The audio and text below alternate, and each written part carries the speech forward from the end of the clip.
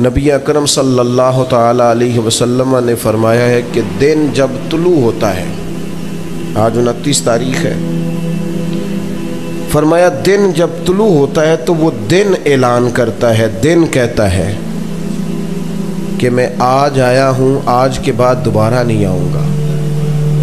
اگر آج کچھ کرنا ہے تو کر لو۔ آج صبح سے لے کے جس کی قرآن مجید کی تلاوت رہ گئی اس کی رہ گئی، آج جس نے صبح سے درود پاک نہیں پڑھا اس کا رہ گیا۔ وقت بیچ میں آیا ہے، فجر کا بھی آیا ہے، اشراق کا بھی آیا ہے، چاشت کا بھی آیا ہے، لیکن جس نے چھوڑ دی اس کی رہ گئی۔ ہمارا مسئلہ یہ ہے کہ ٹائم کا ضیاع، وقت کی قدر کا نہ کرنا۔ جانے کا وقت آ جاتا ہے، اعضاء کمزور ہونے لگ جاتے ہیں، صحت کی جگہ بیماری اور جوانی کی جگہ بڑھاپا اور فراغت کی جگہ مصروفیت لے لیتی ہے، یہاں تک کہ زندگی اپنے وقت پر ختم ہو جاتی ہے اور ہم ابھی منصوبے بنا رہے ہوتے ہیں کہ بعد تھوڑے عرصے کے بعد میں نے ٹھیک ہو جانا ہے، چھوڑ دینی ہے میں نے ساری غلطیاں۔ اپنے وقت کو اچھے طریقے سے مینج کیا جائے اور ایسے اعمال جمع کیے جائیں کہ جن سے آخرت کی زندگی میں ذخیرہ جمع ہو سکے، اور اپنا وجود جو ہے اس سے کسی کو نفع دے دیا جائے، کوئی فائدہ کر دیا جائے۔ ورنہ سیاستیں، تدبیریں ہر جگہ اتنی زیادہ ہو گئی ہیں، اتنی زیادہ ہو گئی ہیں، کبھی کبھی تو محسوس ہوتا ہے کہ ہر کام ہی کسی نہ کسی چالاکی کے لیے کیا جا رہا ہے۔ ہر کام، سیاستدانوں سے لے کر دینداروں تک، الا ماشاءاللہ، تصنع نے، بناوٹ نے، میں بھی ہوتا ہوں، میرا بھی نام ہونا چاہیے، میں بھی ایک شخص ہوں، مجھے بھی کہیں گن لیا جائے، میرا بھی نام ہو جائے۔ کہاں رہے لوگوں کے نام؟ ختم ہو گئی باتیں۔ او پئیاں دس دیاں قبراں جنہاں تے پھل پئے، ادھروں کوئی بھی نہیں آمدہ، ادھروں تے لکھاں گئے۔ تو اپنے وقت کو مینج کر کے زیادہ سے زیادہ اس سے کام لے لیا جائے، زیادہ سے زیادہ۔ آپ اپنے بزرگوں کو دیکھ لیں، وقت تھوڑا کام زیادہ۔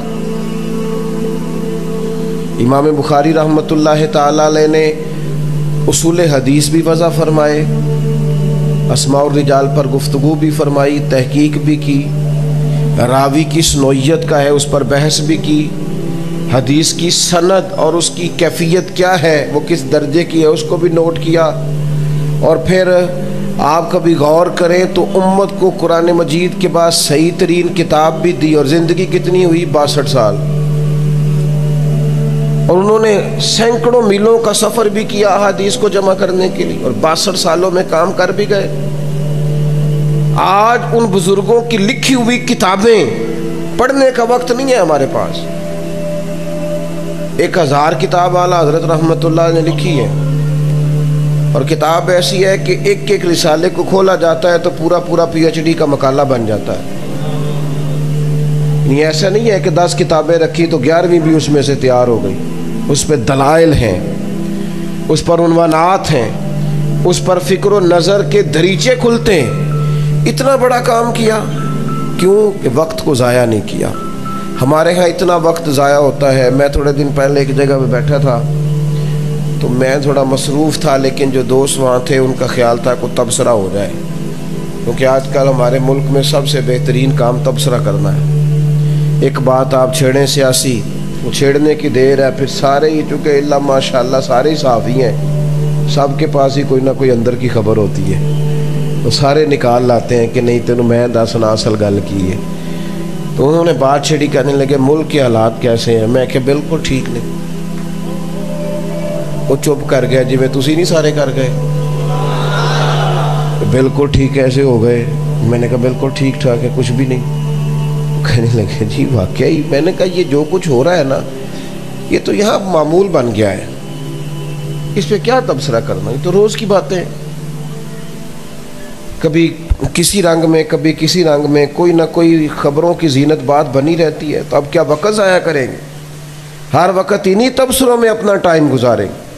اپنا جو کام ہے اسے صحیح کر کے کیا جائے، اپنی ڈیوٹی ٹھیک سر انجام دی جائے۔ جو اللہ نے میرے ذمے لگایا میں صحیح کر کے کروں، جو آپ کے ذمے لگایا آپ اسے ٹھیک کر کے کریں، لیکن اپنی زندگی سے کچھ کام لیں، وقت کو بالکل ضائع نہ کریں، اسے مینج کریں۔ حضرت عمر بن عبدالعزیز رحمۃ اللہ علیہ کا خادم کہنے لگا حضور یہ کام رہنے دیتے ہیں، کل کر لیں گے۔ تو آپ فرمانے لگے بیٹا جو کام کل کرنا ہے وہ پھر کس دن کریں گے؟ آج والے کام کل پہ ڈالتے جا رہے ہو تو کل والے کام کب کرنے؟ اپنے اوقات کار کو اس طرح اگر روز ہم سستی کا شکار، زندگی میں جتنی ہمیں ناکامیوں کا سامنا کرنا پڑتا ہے اس کی وجہ ہماری مجبوریاں نہیں ہوتی۔ جس جگہ ہم ناکام ہوئے اس کی وجہ کوئی ہماری مجبوری نہیں ہوتی، زیادہ تر ہماری سستی ہوتی، غفلت ہوتی۔ ہمیں پتہ تھا ہم کر سکتے تھے، آگے بڑھ سکتے تھے، ہم نے محنت نہیں کی۔ اب ہم دوسروں پر الزام لگا رہے ہیں۔ وہ کسی نے کہا تھا تم نے خود آگ لگائی ہے چمن میں اپنے، بے سبب گردش ایام کو الزام نہ دو، تم نے خود نور کا ظلمت سے کیا ہے سودا، کر کے توہین سحر شام کو الزام نہ دو۔ دوسروں پہ دھر دینا فلانے کی وجہ سے میں ناکام ہو گیا، یہ تو بزدلوں کا طریقہ، یہ تو جان چھڑانے والی بات۔ ہمارا ڈھیر سارا نقصان ہماری سستی سے ہوا۔ کڑاکے کی گرمی مدینہ منورہ میں، اور تمام لوگ اندر سے کواڑ بند کر کے دروازے آرام کر رہے ہیں۔ سیدنا عثمان غنی رضی اللہ تعالیٰ عنہ فرماتے ہیں کسی مجبوری کے تحت مجھے چھت پہ جانا پڑا، حالانکہ شدید گرمی تھی، میں جا نہ پا رہا تھا، لیکن میں گیا تو میری اچانک نظر پڑی دور سے ایک بوڑھا 2 اونٹوں کو ہانکتے ہوئے آ رہے ہیں۔ میرے دل میں خیال آیا کہ اونٹ ہی چرانے تھے تو ذرا دوپہر ڈھل جاتی، عصر کا وقت ہو جاتا تو کام کر لیتے، کیا معاملہ ہے کہ اس وقت اتنی سخت گرمی میں کیا آخر مشکل آن پڑی؟ میں نے کہا اس کو نصیحت ضرور کروں گا۔ تو میں چھت سے نیچے اترا اور جیسے ہی میں باہر کی طرف گیا، جب تک وہ بھی قریب آ گئے تھے مکان کے، میری اچانک نظر پڑی تو میرا تو وجود کانپنے لگا۔ یہ کوئی عام شخصیت تو نہیں، یہ تو سیدنا فاروق اعظم ہے رضی اللہ تعالی، حضرت عمر فاروق۔ کہتے میں پریشان ہو گیا، میں نے کہا امیر المومنین دوپہر کا ٹائم ہے اور آپ تو فرمانے لگے عثمان یہ یار اونٹ 2 تھے مال غنیمت کے، بھاگ گئے تھے، انہیں پکڑنے گیا تھا۔ تو میں نے کہا کہ حضور کسی خادم کے ذمے لگا دیتے۔ فرمانے لگے ذمہ داری میری ہے، خادم کی تو نہیں ہے نا، میری ذمہ داری ہے نا، خادم کی تو نہیں ہے، تو مجھے اپنی ذمہ داری کا احساس کرنے دو۔ حضرت عثمان غنی فرماتے مجھے دوبارہ لیٹنا تھا پر میری آنکھ نہیں لگی۔ یہ اور پھر اگر کچھ کرتے بھی ہیں ہم لا یعنی سی باتوں میں الجھ گئے ہیں، بے مقصد سی باتیں، کوئی لینا دینا نہیں ہمارا، بالکل نہیں۔ وہ فلاں کیا کر رہا ہے وہ دے لے گا حساب اللہ کو، اپنی فکر کریں۔ فلاں کہاں پہنچ گیا وہ جانے، اس کا رب جانے۔ بالکل لا یعنی بے مقصد اور لغو چیزیں۔ نبی پاک علیہ السلام نے فرمایا خوبصورت مسلمان پتہ کون ہوتا ہے؟ نمازی کا بھی ذکر ہو سکتا ہے، حاجی کا بھی، سخی بھی بڑا ہی خوبصورت ہوتا ہے، عادل بھی بڑا ہی خوبصورت ہوتا ہے، لیکن فرمایا پتہ ہے خوبصورت مسلمان کون ہوتا ہے؟ یا رسول اللہ بتائیے گا۔ تو محبوب فرمانے لگے جو بے مقصد اور فضول باتیں چھوڑ دے وہ خوبصورت مسلمان ہے۔ اللہ اکبر۔ چھوڑ دے لغویات، جس کام سے لینا دینا نہیں اس کام سے چھوڑ دے اپنے آپ۔ اور میں بعض لوگوں کو دیکھتا ہوں انہیں اپنا اتنا نہیں پتہ ہوتا جتنا دوسروں کا پتہ ہوتا ہے، ساری خبر ہے، ساری سیاست کا پتہ ہے اور پوری مذہبی معلومات بھی ہیں، لیکن نماز کا ٹائم آتا ہے تو چھپتے پھرتے ہیں، جان چھڑاتے پھرتے ہیں، ساری چیزیں خبر ہے، عمل کی باری آتی ہے تو سب سے پیچھے۔ تو اپنی زندگی میں لغوی۔ اور پھر ایک تیسرا مسئلہ ہے جو ہمیں کام نہیں کرنے دیتا، وہ ہمارا پروٹوکول ہے۔ ہر بندے کا کوئی نہ کوئی پروٹوکول ہے، ہر بندے کا حکم ہے شریعت میں کہ علماء کی عزت کی جائے، لیکن عالم کے لیے تو یہ ہے کہ جس نے کہا میں عالم ہوں وہ تو جاہل ہے۔ عام آدمی تو اس کی عزت کرے گا، لیکن اس کو کس نے اختیار دیا ہے کہ وہ خود بخود کہے میری عزت کرو، میں بڑی چیز ہوں؟ یہ تو اس کے لیے منع ہے۔ استاد کی عزت کی جائے گی، لیکن استاد کو اس خمار میں کبھی بھی اس کا قائل ہونے کی اجازت نہیں ہے کہ میں بڑی چیز ہوں، میری تو رسپیکٹ ہونی چاہیے۔ یہ جو ہم نے خود بخود اپنا احترام بنا لیا نا، ہر چوتھے بندے نے اس نے بھی ہمارا وقت ضائع، زیادہ وقت پروٹوکولوں میں ضائع ہو جاتا ہے۔ بڑا شوق ہے لوگوں کو، گن مین ہونے چاہیے، 2-4 گاڑیاں ہونی چاہیے، آگے پیچھے میرا نام ہونا چاہیے۔ یہ بے مقصد چیزیں، یہ وقت ضائع کرتی ہیں۔ صلاحیت دم عمل کرنے کا ویسے ہی جذبہ ختم ہو، جس کے پاس پیسے ہوتے ہیں نا ڈرائیور رکھنے کے بیچارے کے، وہ پھر اتنا کمزور ہو جاتا ہے، اتنا ڈرائیور رکھنے کے پیسے جو ہیں، تنخواہ جو دے سکتا ہے، وہ پھر ڈرائیور کے ذمے لگاتا ہے کہ تو نے گاڑی کا دروازہ بھی تو نے ہی بند کرنا ہے۔ میں نے دیکھا ہے بیچارے ڈرائیور پہلے دروازہ بند کرتے ہیں، پھر گھوم کے آ کے اپنی سیٹ پہ بیٹھتے ہیں۔ او خدا کے بندے، تو بڑی تکلیف میں ہو گیا ہے، حد ہو گئی ہے، اتنی زیادہ آزمائش کہ اب تیری گاڑی کا دروازہ بھی کوئی بند کرے، تو نے کمزور کر لیا اپنے آپ کو۔ سیدنا عمر بن عبدالعزیز رحمۃ اللہ علیہ، رات کا ٹائم تھا، تو ایک خادم غلام رات کو بھی آپ کے پاس رہا کرتا تھا، رات کی جو ضروریات ہیں ان کے تعلق سے۔ تو وہ اچانک ٹیک لگائی دیوار کے ساتھ، تو اس خادم کی آنکھ لگ گئی، وہ سو گیا۔ چراغ جلتے جلتے گل ہو گیا، تیل ختم ہو گیا۔ حضرت عمر بن عبدالعزیز نے اس کو آواز دی تو وہ سو رہا تھا۔ 2-4 لوگ بھی بیٹھے تھے، کچھ کام بھی ہو رہا تھا لکھنے پڑھنے کا، کچھ چیزیں تیار ہو رہی تھیں، فائلیں سمجھنے بن رہی تھیں۔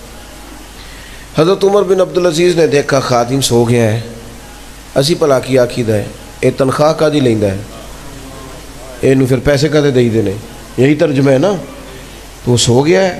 حضرت کی نظر پڑی، خود اٹھے، جا کے چراغ میں تیل ڈالا، بتی ڈالی، جلایا، روشن کیا، واپس آیا۔ تو اب یہ جو کوئی مشورہ دینے والے ہوتے ہیں، یہ بھی اتنا سونا مشورہ دیتے ہیں، اپنی طرف سے اتنی نرم بات کرتے ہیں کہ سامنے والے کو پورا اشتعال آ جائے۔ بڑی سونی، کسی نے کہا تھا بڑے بھولے بھالے، بڑے اللہ والے، ریاض آپ کو بس ہم ہی جانتے ہیں۔ کچھ لوگ بڑی دھیمی اور بڑی جناب ان کی باتوں میں مٹھاس، لیکن وہ تو اشتعال انگیزی کر رہے ہیں، آپ سمجھنے خیر خائی ہے، وہ تو بہت بڑی شر انگیزی ہے۔ اب وہ قریب جو بندے بیٹھے تھے وہ پتہ کیا کہنے لگے، حضور حد ہو گئی، یہ کس بات کے پیسے لیتا ہے؟ آپ اتنے بڑے آدمی اور آپ کو خود اٹھ کے جانا پڑا ہے۔ اب یہ اظہار ہمدردی نہیں ہوتا، اشتعال انگیزی ہوتی، جناب آپ کو جانا پڑا۔ تو سیانے بندوں، ان سیانے لوگوں کا طریقہ سیانا ہوتا ہے، جذباتی نہیں ہوتا۔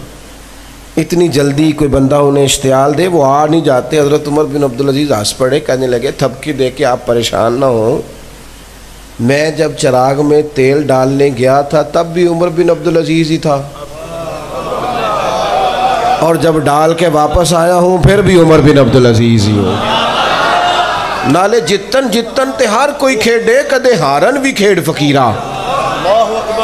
جتن جتن تے ہر کوئی، سارے جیتنے کے لیے اترے ہیں میدان میں، کوئی انوکھا کام بھی تو کرنا، تو اس لیے اتر جا کے میں نے ہارنا ہے۔ جتن جتن تے ہر کوئی کھیڑے، او کدے ہارن بھی کھیڑ فقیرہ، جتن دا مل کوڈی پیندائی ہارن دا مل ہیرا۔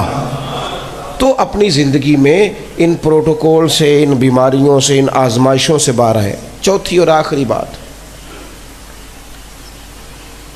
ایک چیز اپنے ذہن میں طاری کر لیں کہ مجھ سے حساب میرے اعمال کا ہے، مجھے اس پر توجہ دینی ہے۔ مجھے دوسروں کا اتنا زیادہ ٹینشن کے ساتھ، اور وہ ایک دوست ایک دن بیٹھے تھے تو کسی صاحب کے بارے میں بات کر رہے تھے، کہنے لگے اس نے یہ سیاست کی، پھر اس کے بعد یہ کی، پتہ ہے جی وہ کیسے آگے گیا ہے، اس نے یہ چکر چلایا، پھر یہ چلایا، پھر یہ کیا۔ تو میں ہنس پڑا، میری ذرا ان سے بے تکلفی تھی، میں کیا پتہ تینوں بھی سارا ہی ہے، جی وہ انج گیا ہوں تو ٹور تم ہی جانا سی، یہ چونکہ سارا تجھے پتہ ہے نا کہ اس نے یہ کیا تو مشہور ہو گیا، تو اس وجہ سے فیمس ہو گیا، یہ پتہ تجھے بھی سارا ہے، کیوں نہیں تو مان لیتا کہ وَتُعِزُّ مَن تَشَاءُ وَتُذِلُّ مَن تَشَاءُ؟ تو کیوں نہیں مان لیتا کہ یہ اللہ کے دست قدرت میں ہے، جس کو چاہے عطا کرے، لیکن ساری باریکیوں کا تجھے پتہ ہے۔ اگر وہ اس طریقے سے گیا ہوتا تو چلا تو نے بھی جانا تھا، لیکن ماننا کچھ چیزیں خالص اللہ کے فضل پہ۔ ذالک فضل اللہ یؤتیہ من یشاء، اللہ جسے چاہے اپنا فضل ہم نہ خیال۔ حضرت موسیٰ علیہ السلام کو ایک دفعہ حکم ہوا کہ بستی میں سے سب سے نیک آدمی کو تلاش کر کے لائیں۔ ایک تو ہم گارنٹیاں دیتے ہیں نا، ہمارے نقیب خطیب گارنٹی دیتے ہیں فلانا بہت بڑا آدمی ہے، اور ایک جس کو حضرت موسیٰ کہیں نیک آدمی ہے